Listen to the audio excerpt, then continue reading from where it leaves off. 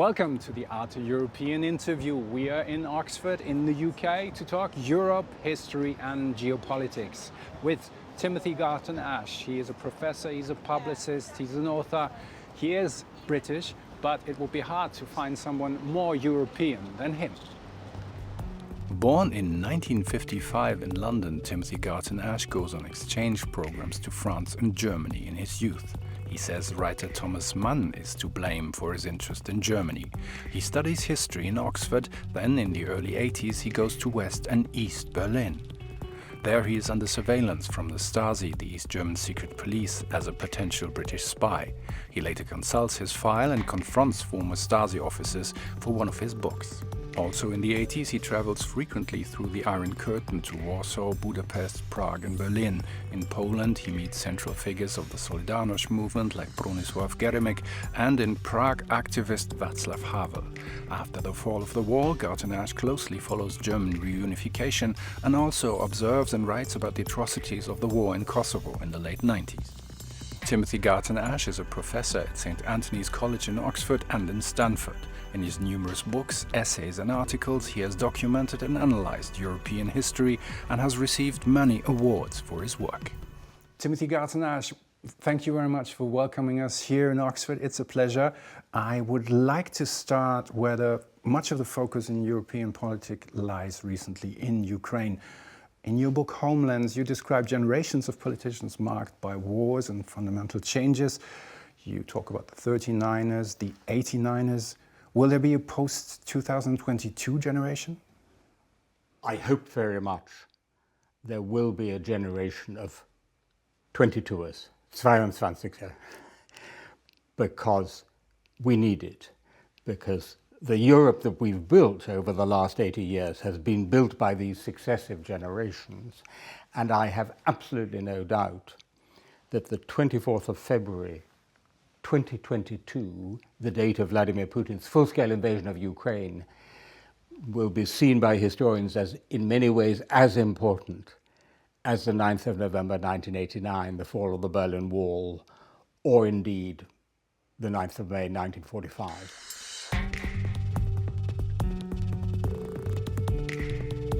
The term has been used, the watershed moment, the Zeitenwende in Germany. You followed history as it happened on many occasions in Eastern Europe, and recently you also went to Ukraine a few times, to Bucha among others. Was Vladimir Putin's war inevitable? Nothing in life is inevitable except death and, as the joke goes, taxes. So it certainly was not inevitable, but one of my key arguments is that we should have learned from history that empires don't give up without a struggle. So when the last remaining major European empire, the Soviet Russian Empire, softly and suddenly vanished away in just 3 years, 1989 to 1991, we should have thought that's not the end of the story. I met Vladimir Putin when he was just the deputy mayor of St. Petersburg, totally unknown figure in 1994. He was already talking about, quote, territories that were historically always Russian, and he specifically mentioned Crimea. So the dream of getting back the Russian Empire was there already just 3 years after the end of the Soviet Union. Now that doesn't mean that he was always going to do it, but what it does mean is that when the empire started striking back, 2008 in Georgia, 2014 in Ukraine, long before 2022, we in the rest of Europe, in the West, should have said, aha, we know this movie from history. The empire is striking back. And I would argue that if we'd had a much stronger reaction after 2014, the seizure of Crimea, we might have been able to avert what we've had since 2022, the largest war in Europe since 1945. What was the mistake? Because there were sanctions imposed after the occupation of Crimea from the West. Was that not enough? Minimal sanctions, very, very small sanctions. And as you know very well, Germany's energy dependency on Russia actually increased after 2014. Nord Stream 2 was agreed and built entirely after 2014. Compared to the shocking nature of what was happening, namely the first major attempt to change the frontiers of a sovereign country by war, by aggression, our response, both European and American, was very weak indeed. After the fall of the Berlin Wall, which you followed closely, the conflict between the blocs seemed settled. Helmut Kohl said, "We are surrounded by friends." It looked as if the West, as if NATO had won. But was it ever true then?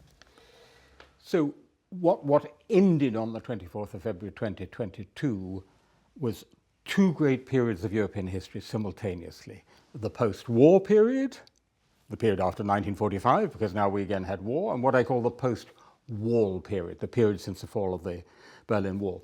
Now, it's quite wrong to say that nothing was achieved in the post-war period, that it was all an illusion, a holiday from history. Not true. Extraordinary things were achieved in the first 15 years after 1989. An unprecedented eastward expansion of the great institutions of liberal Europe, that is to say both the EU and NATO, to include the Baltic states, which did not exist on most maps of Europe in 1989. So those first 15 years were years of great achievement. But as I say, when things started going wrong in many different ways, the Eurozone crisis, populism, the first term of Donald Trump, the wars in the Middle East, and Putin's aggression, 2008-2014, that is when our failure to respond, our continuing to believe that what we had in the 1990s was somehow normal, became fateful. And it's for those illusions, the illusions of the last half of that period, that we, and particularly the Ukrainians, are paying a heavy price.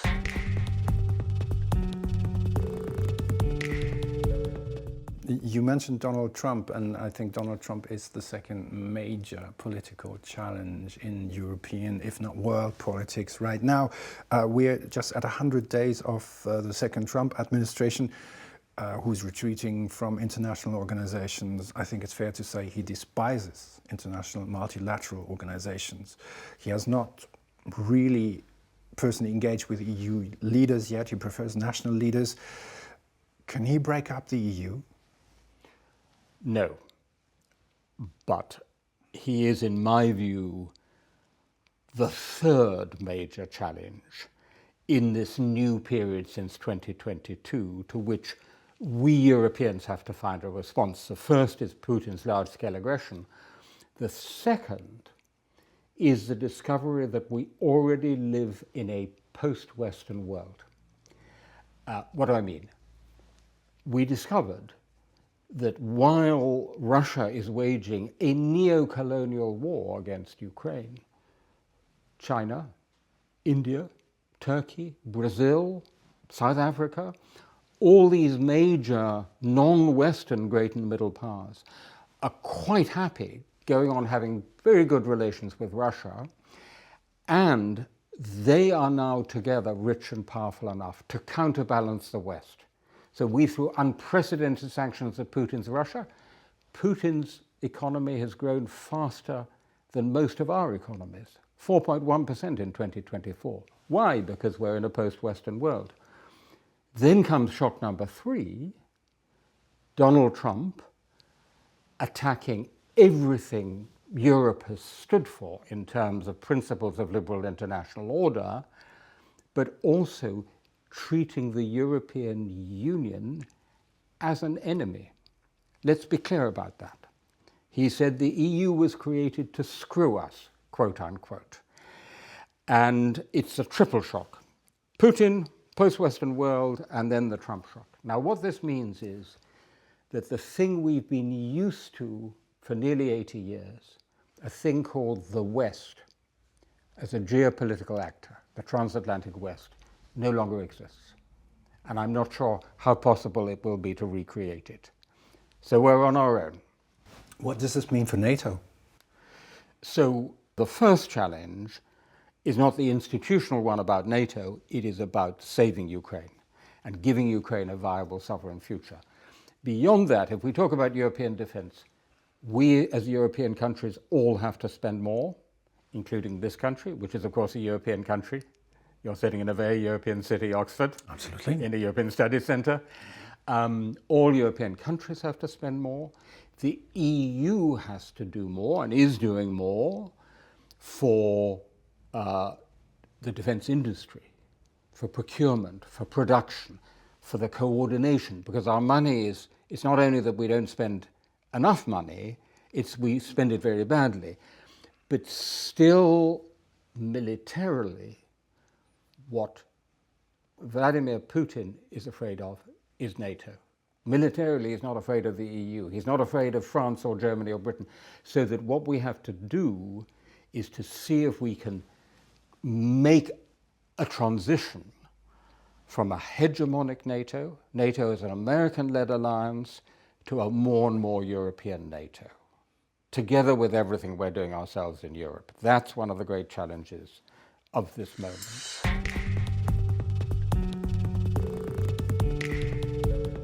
We're talking on the occasion of the Schuman Declaration, Robert Schuman, and one of his main goals, I think, in this declaration was to build a basis for peace in Europe by controlling the German steel and arms industry, integrating it into a European community of coal and steel. Now, recently, Ursula von der Leyen has announced a plan called Rearm Europe. What does this mean for the peace project that is the EU? The ancient Roman saying, if you want peace, prepare for war, is as true today as it was back then. It remains, in my view, even more a peace project when we are arming and preparing ourselves to defend the peace and actually to recreate peace in Europe. I believe that the EU specifically, in the spirit of Schuman and Monnet, can significantly contribute to a more integrated, more coordinated European defense production. But of course, the decision actually to use military force remains entirely a national decision or a NATO decision. Now, the amazing thing about the EU is that in many areas it is a kind of non-hegemonic superpower, right? In trade, in regulation, these sort of areas. But that you can do because you can have lots of compromises and you can take time. But isn't that also a weakness? Not at all. I think it's a great strength, and it's something new in history. And nowhere else on the planet do we have something like this. But when you come to war and peace, i.e. the decision, do we risk the lives of our young men and women ultimately for the defense of another country? That is, in a way, the ultimate test. And one of the things we have to start thinking about is how the actual military defense of Europe could be non-hegemonic. Because it's worked for the last 80 years because we had a hegemon. The supreme Allied commander of Europe, Sacker, was always an American. That's how it worked. Let's be clear. Now, if it went according to who has the biggest budget, who spends most on defense, then starting this year it will be Germany. But the notion of a German Supreme Allied Commander for Europe giving commands to French and Polish and Czech forces might raise a few eyebrows, so that these are the kinds of things I think we have to start thinking about. But what we have to do is to give ourselves the time, 5 to 10 year time frame, to make an orderly transition from the American-led hegemonic defense of Europe to an essentially a European-led, non-hegemonic defense of Europe. If Donald Trump is willing to give us this time.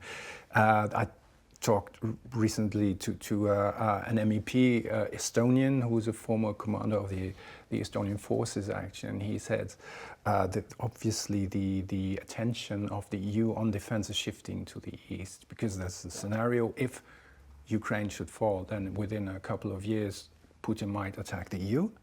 And the Baltic countries, he said, I'm not entirely sure if the US, for example, might risk an all-out war if Putin grabs another small eastern country. Do you see that danger? I think that's exactly right, because it's all about confidence. Deterrence is all about belief that, so to speak, the US will come to the aid, so that we have.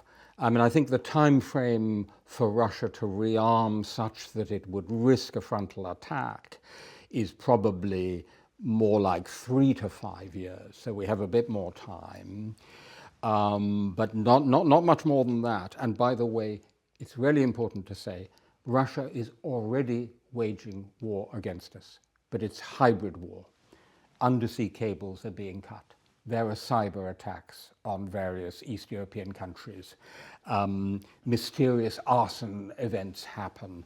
People are murdered in our big cities and so on. So there's already an element of hybrid war there. So we must be clear about the scale of the threat. Here's the thing with Trump. There's a kind of, if you like, optimum Trump threat. What do I mean by that? I mean, it's Trump on top of the other two wake-up calls that has really galvanized the whole of Europe. So this creates an opportunity for Europe.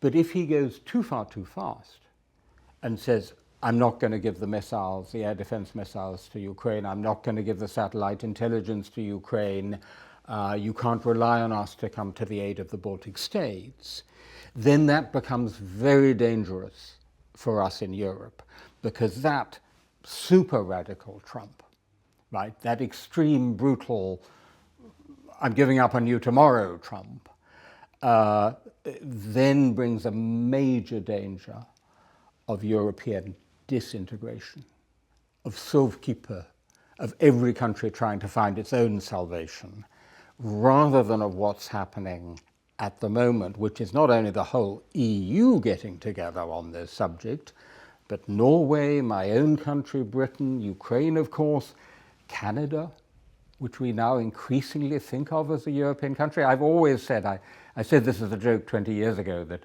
Canada is a perfect EU member state. But now we're suddenly begin to think of Canada as in, not just in terms of values, but even almost geopolitically, as part of this free Europe we're defending.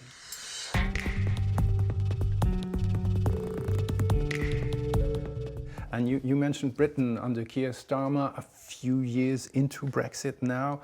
We are realigning, Britain also being one of the two European nuclear powers. There's going to be a summit which is called Reset on the 19th of May. What do you expect from this summit? And could this be a step away from Brexit?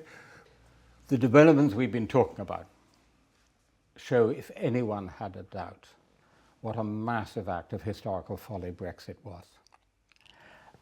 Because Brexit was predicated on the notion that you still had the United States, right? And suddenly even Britain no longer has the United States, so you've given up on the EU and the United States is giving up on you. So this country is in an extremely difficult situation. Let me tell you what I hope from May the 19th and what I expect. What I hope is that it won't just be a security and defense agreement, which seems very likely, and I have to pay tribute to Keir Starmer's leadership in relation to supporting Ukraine, working with President Emmanuel Macron. It's been impressive. But also the opening of a much larger conversation about our economic relationship, technological relationship, the digital relationship, the energy relationship, so many other aspects in which strategically even if you're just thinking of British national interest, which of course I'm thinking much more of that, I'm thinking as a British European, but even if you're just thinking of national interest, strategically that would be the way to go. So that's what I hope. What I expect is that the Starmer government will be extremely forthcoming on defense, security, foreign policy, defense procurement. Will be going very much with Europe, but will be very cautious on the other stuff. Only these very, very absurdly modest things they're looking for. Why? Domestic politics. They're still afraid of the voters, particularly in the north of England, who abandoned the Labour Party over Brexit and have only just come back to it, and they're terrified of Nigel Farage's Reform UK. Here's a little irony for you. The most anti-European politician in British politics, Nigel Farage, is the ultimate proof of the deep Europeanization of our politics. Because what is Reform UK? It's a classic, it's Fratelli d'Inghilterra, if you like. It's the Alternativa für England, right? It's a classic nationalist populist party of the kind we see all over the European continent. And in the meantime, we have a five-party system, right? Not a two-party system anymore. So the great irony that it's a great anti-European has proved the Europeanization of our politics. One last word on this, if I may. We're sitting here in my library in the European Studies Centre at Oxford University, which has been a European university for more than 800 years and has students from all over Europe.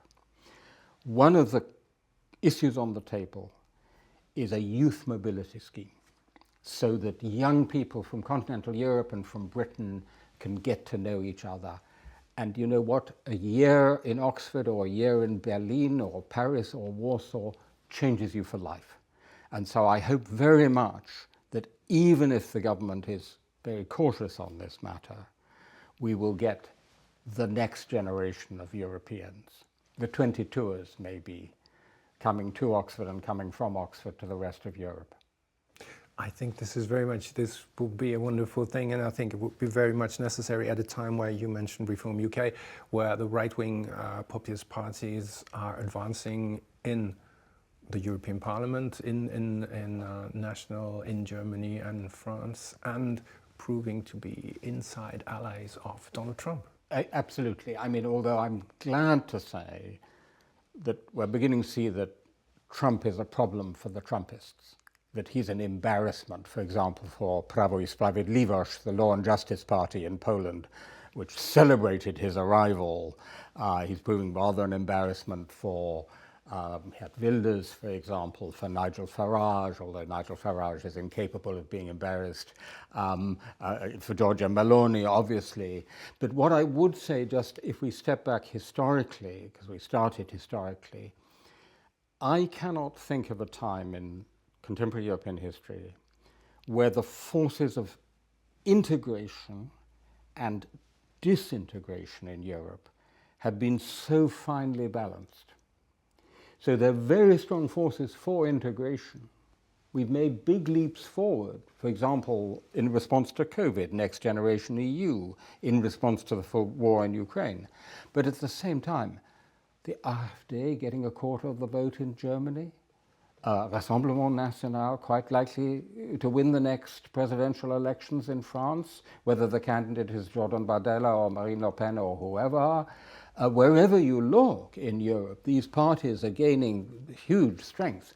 And so, apart from anything else, this period, the period that started in 2022, is going to decide, I would say, in the next 4 or 5 years, which way we're going, to a really strong united Europe, such as we've never seen before, which can hold its own in this post-Western world of major powers.